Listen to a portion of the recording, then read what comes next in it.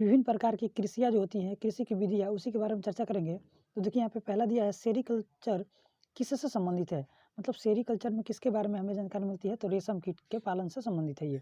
अगला यहाँ पे देखिए कि एपीकल्चर, जो एपीकल्चर होता है उसमें किसके बारे में जानकारी मिलती है? तो मधुमक्खी पालन। एपीकल्चर के अंतर्गत मधुमक्खियों का पालन किया जाता है, तो इसलिए इसका आंसर मधुमक्खी पालन हो जाएगा। पीसीकल्चर में किसके बारे में जानकारी मिलती है? तो मत्स्य पालन के बारे में मिलती है। पीसी यानी कि मत्स्य मछली के उत्पादन से संबंधित है। फ्लोरिकल्चर, देखिए यहाँ पे फ्लोरिकल्चर जो है वो फूलों से संबंधित है। आपको बता दूं कि फ्लावर जो होता है फ्लावर, तो इसे आप याद कर सकते हैं, फ्लो से फूलों का उत्पादन, यानी कि फ्लोरिकल्चर फूलों से संबंधित है। उसी प्रकार से आप देख सकते हैं बीटी कल्चर जो है वो अंगूरों से संबंधित है। बीटी कल्चर के अंतर्गत अंगूर की खेती के बारे में जानकारी मिलती है।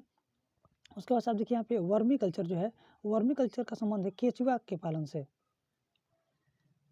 जी हाँ, तो इसके बाद आप देख सकते हैं यहाँ पे कि ओलेरी कल्चर हमारे सामने है। तो ओलेरी कल्चर के अंदर सब्जियों का उत्पादन के बारे में जानकारी मिलता है, अर्थात सब्जियों के उत्पादन को ही ओलेरी कल्चर कहा जाता है।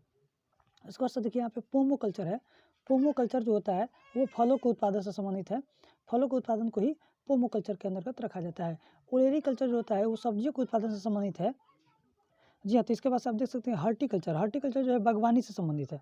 हॉर्टिकल्चर का संबंध जो है वो बागवानी से है।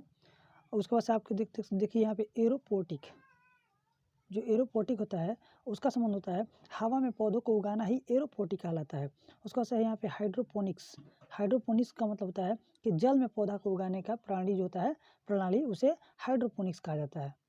जी, तो अब यहाँ पे दूसरा टॉपिक देख सकते हैं आपकी दिया हुआ है कि विभिन्न प्रकार की कृषि क्रांतियाँ, जो कृषि के अंतर्गत क्रांतियाँ हुई हैं उसके बारे में चर्चा करते हैं। तो देखिए पहला यहाँ पे है कि हरित क्रांति किससे संबंधित है? तो हरित क्रांति जो है खाद्यान्न उत्पादन से संबंधित है। श्वेत क्रांति किससे संबंधित है? तो दूध उत्पादन से संबंधित है। नीली क्रांति किससे संबंधित है? तो ये हो जाएगा मत्स्य उत्पादन से हो जाएगा। लाल क्रांति अगर पूछेगा तो लाल क्रांति जो है टमाटर या मांस उत्पादन से, आप इसको याद कर सकते हैं, टमाटर लाल होता है इसीलिए लाल क्रांति कहलाता है, ठीक ना। इसे आप ट्रिक से याद कर सकते हैं। गुलाबी क्रांति का संबंध किससे है? तो गुलाबी क्रांति जो है वो आपका हो जाएगा झींगा के उत्पादन से संबंधित है। गुलाबी क्रांति झींगा से संबंधित है। उसका देखिए यहाँ पे दिया है बादामी क्रांति, बादामी क्रांति जो है वो मसाला उत्पादन से संबंधित है। मसालों के उत्पादन को बादामी क्रांति के अंतर्गत आता है ये। रजत क्रांति जो है यहाँ पे देखिए ध्यान से, रजत क्रांति का जो संबंध है वो अंडा के उत्पादन से है। तो आप याद कर सकते हैं रजत जो है, रजत वो अंडा से संबंधित है, अर्थात अंडा की रजत क्रांति अंडा के उत्पादन से संबंधित है।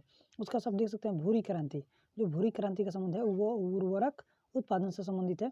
उर्वरक उत्पादन के बारे में बढ़ावा देने के लिए भूरी क्रांति को लाया गया। उसका सही है कृष्ण क्रांति, तो कृष्ण क्रांति जो है वो बायोडीजल उत्पादन से संबंधित है। उसका लास्ट है यहाँ पे अमृत क्रांति, और अमृत क्रांति का संबंध जो है नदी जोड़ो परियोजनाओं से संबंधित है ये। तो इस प्रकार से इस टॉपिक से आपके एग्जाम में प्रश्न देखने को मिल सकते हैं।